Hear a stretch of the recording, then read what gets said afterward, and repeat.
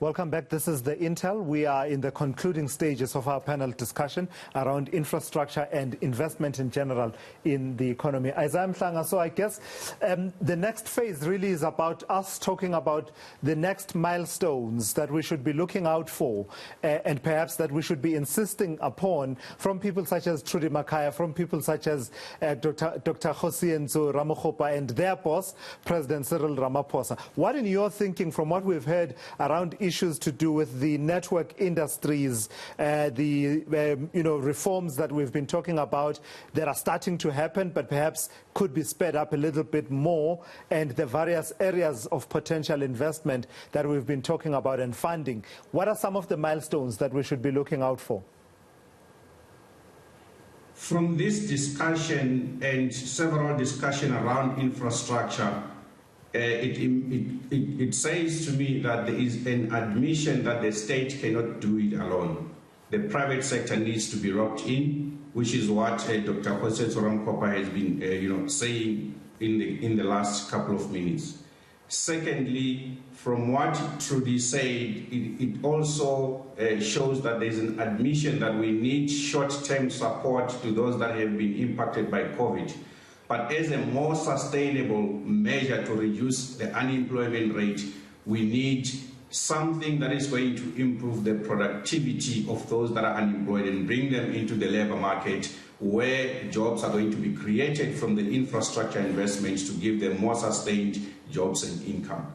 But also we know that investment globally, it follows growth.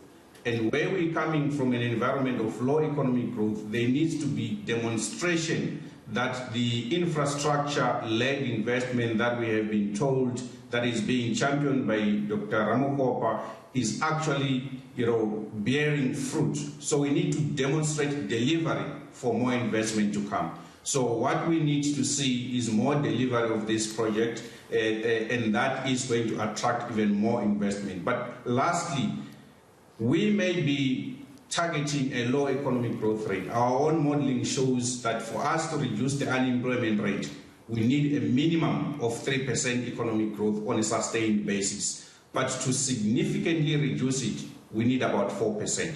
So all that we are doing, we need to be targeting at least between 3 to 4% of economic growth on a sustained basis for us to be able to reduce the unemployment rate. I'm going to come in there, Isaah. Yeah, I think that's a big ask considering where we are, but it can be done. That 4% economic growth from where we are is a big leap. Not impossible. And yet there's just so many issues around this. And I wanted to bring this in very quickly and very briefly, Trudi.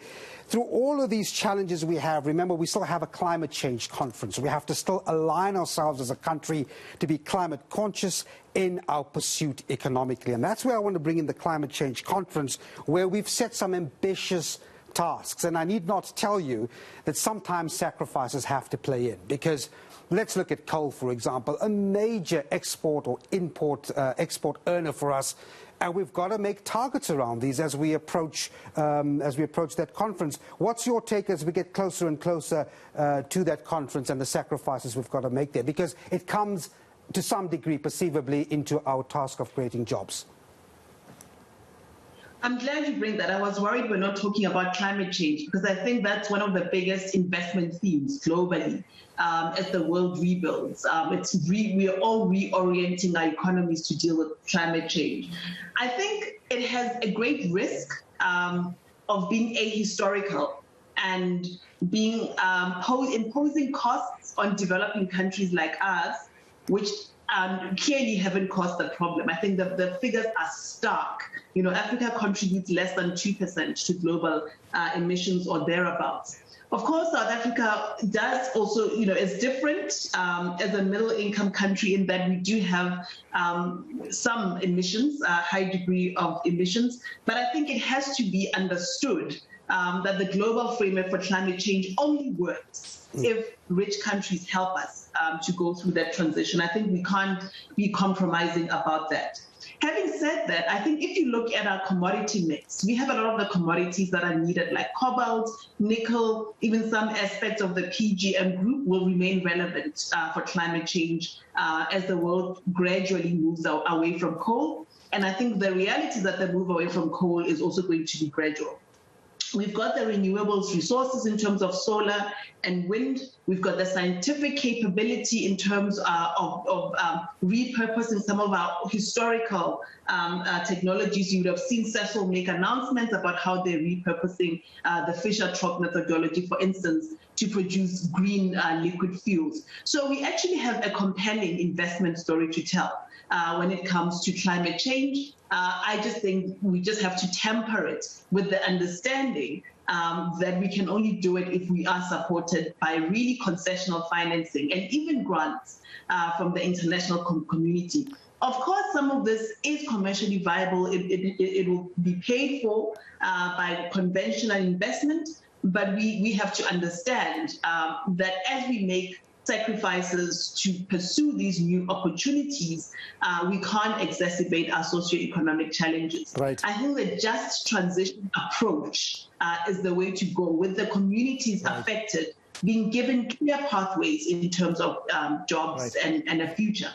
Trudi, unfortunately, we're completely out of time. I've got to thank the three of you for engaging with us. Hopefully, this is the first of many, Devon, and we'll have other opportunities to speak to the three of you. That's Trudi Makhaya, Dr. Kgosientso Ramokgopa, as well as economist Isaah Mhlanga. And Devon, thank you for coming through and helping me hold this conversation, critical conversations to have.